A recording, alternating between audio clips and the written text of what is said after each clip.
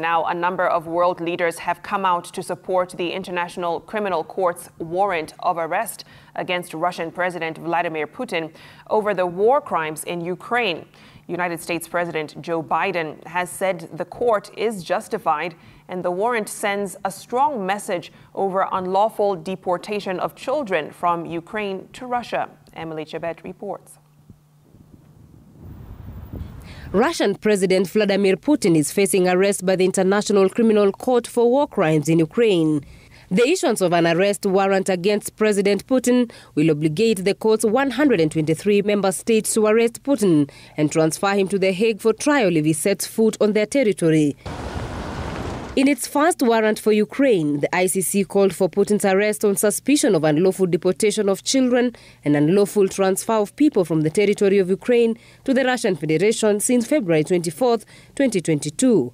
Some world leaders have welcomed the court's decision, saying it is sending a strong message. Well, I think it's justified, but the question is, it's not recognized internationally by us either. But I think it makes a very strong point. This is a historic moment in the conflict in Ukraine.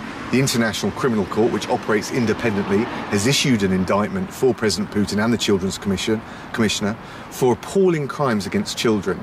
And whilst they operate independently, it's really important the international community support them and give them the tools to do the job, which is why I'll be hosting on Monday with my Dutch opposite number 40 countries from around the world to give them the support to conduct the investigations, to look after witnesses, to care for the victims so that they can see this through and we hope have accountability for those appalling crimes. European Union Foreign Policy Joseph Borrell said it was just the start of holding Russia accountable for its crimes and atrocities in Ukraine. This International Criminal Court issue is just the start in the process of accountability and holding Russia and its leader to account for the crimes and atrocities they are committing in Ukraine.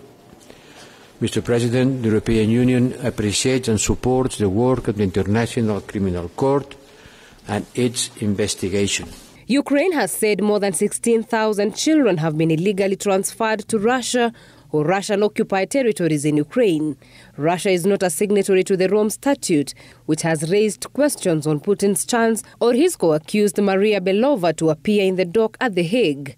Emily Chebet, Citizen TV, Nairobi.